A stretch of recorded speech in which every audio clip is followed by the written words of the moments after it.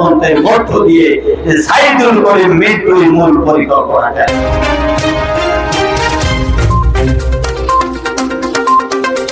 তদন্তের মধ্য দিয়ে সাইদুল করিম মৃত্যুর মূল পরিকল্পনাটা আজকে আপনারা বিভিন্ন মানববন্ধন করছেন, মিছিল করছেন, মিটিং করছেন, সাইদুল করিম মৃত্যুর মুক্তি চাই। তাদের কাছে আমার উদারত আহ্বান, হক করে বলতে পারি জননেত্রী শেখ হাসিনা স্নেহধন্য এমপি আনোয়ারুল আলী মান্নান যত ষড়যন্ত্র করেন, যত মানববন্ধন করেন আর যত মিছিল মিটিং করেন, এসব করে সাইদুল করিম মৃত্যুকে আপনারা রক্ষা করতে পারেন।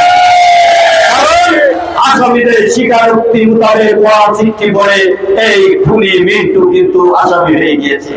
শুধু আমার হত্যা নয়, ঝিনাইদহের তরিকুল হত্যা, গাফফার হত্যা সহ সদ্য ভেটেরিনারি কলেজের 3 জন ছাত্রলীগের নেতা ভিপি সহ হত্যা হয়েছে।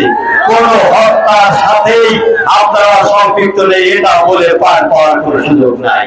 তাই আমি আপনাদেরকে উদারত আহ্বান করব, আপনারা অপেক্ষা করুন, বিচার না হওয়া পর্যন্ত। বিচার হবে ইনশাআল্লাহ, এই খুনিদেরকে ফাঁসির কাস্তে তাদের ঝুলিয়ে মৃত্যুদণ্ড নিশ্চিত করবে এই আশাবাদ ব্যক্ত করে আনোয়ারুল আলী মান্নান এমপি মহোদয়ের আত্মার মাগফিরাত কামনা করে এবং এতিম মেয়ের দলিলের পাশে থাকার প্রত্যয় ব্যক্ত করে আমি আমার বক্তব্য শেষ করছি। জয় বাংলা, জয় বঙ্গবন্ধু।